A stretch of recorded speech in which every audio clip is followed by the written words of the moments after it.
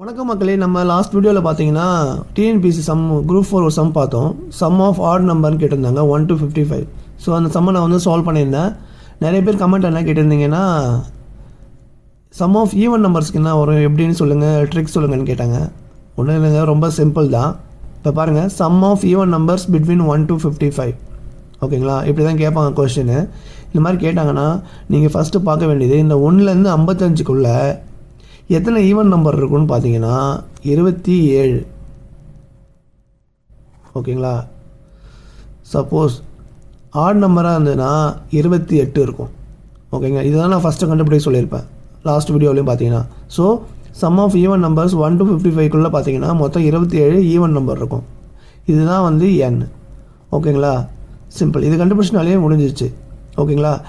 என்ன பண்ணணும்னா next formula n × n + 1 இதில் சப்ஸ்டியூட் பண்ணிங்கன்னா உங்களுக்கு ஆன்சர் கிடச்சிரும். நீங்கள் ஃபார்முலா கூட ஞாபகம் வச்சுக்கணும்னு தேவையில்லை. 27, இதுக்கு அடுத்த நம்பர் என்னது 28. ஓகேங்களா? அவ்வளோதாங்க. ரெண்டுத்தையும் மல்டிப்ளை பண்ணிங்கன்னா உங்களுக்கு கிடச்சிரும் ஆன்சர். ரெண்டுத்தையும் மல்டிப்ளை பண்ணிங்கன்னா 756. ஸோ ஆப்ஷன் ஏ.